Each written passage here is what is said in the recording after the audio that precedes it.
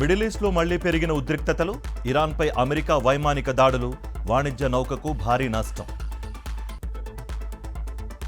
విశాఖలో భూ ప్రకంపనలు, భయంతో ఇళ్లలో నుంచి బయటకు పరుగులు తీసిన జనం. రెక్టర్ స్కేల్పై తీవ్రత 4.5గా నమోదు.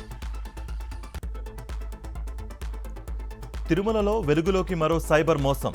టీటీడీ ఈవో పేరుతో నకిలీ ఈమెయిల్, ప్రసాదాల ఖర్చుల పేరుతో వసూళ్లు. మైసూర్ మహారాజా కాలేజ్ గ్రౌండ్స్లో గాయని ఎస్ జానికి పార్థివ దేహం. సాయంత్రం 4 గంటల వరకు అనుమతి, అనంతరం అంత్యక్రియలు. రొయ్యల ఫీడ్ తయారీదారులంతా చంద్రబాబు చందాదారుడే. అందరూ కుమ్మక్కై ఆక్వా రంగాన్ని సంక్షోభంలోకి నెడుతున్నారన్న పేర్ని నాని. బూత్ లెవెల్ ఏజెంట్లను అప్రమత్తం చేసిన అంబటి మురళీకృష్ణ.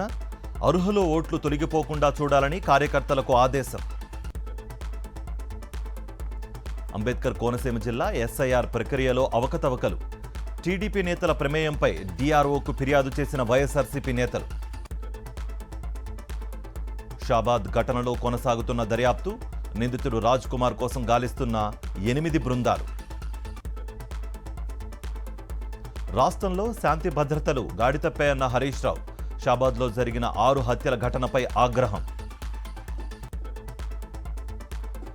శ్రీకాళహస్తి ఆలయ సమీపంలో నకిలీ రాహుకేతు పూజలు. భక్తులను నిలువునా మోసం చేస్తూ దళారుల అక్రమాలు. నకిలీ సర్టిఫికెట్స్తో 12 ఎకరాల భూమి రిజిస్ట్రేషన్. రికార్డులు పరిశీలించకుండానే తహసీల్దార్ అనుమతులు. వనపర్తి జిల్లా ఆత్మకూరు పరిధిలో ఘటన. టీఎంసీలో ముదిరిన వర్గపోరు.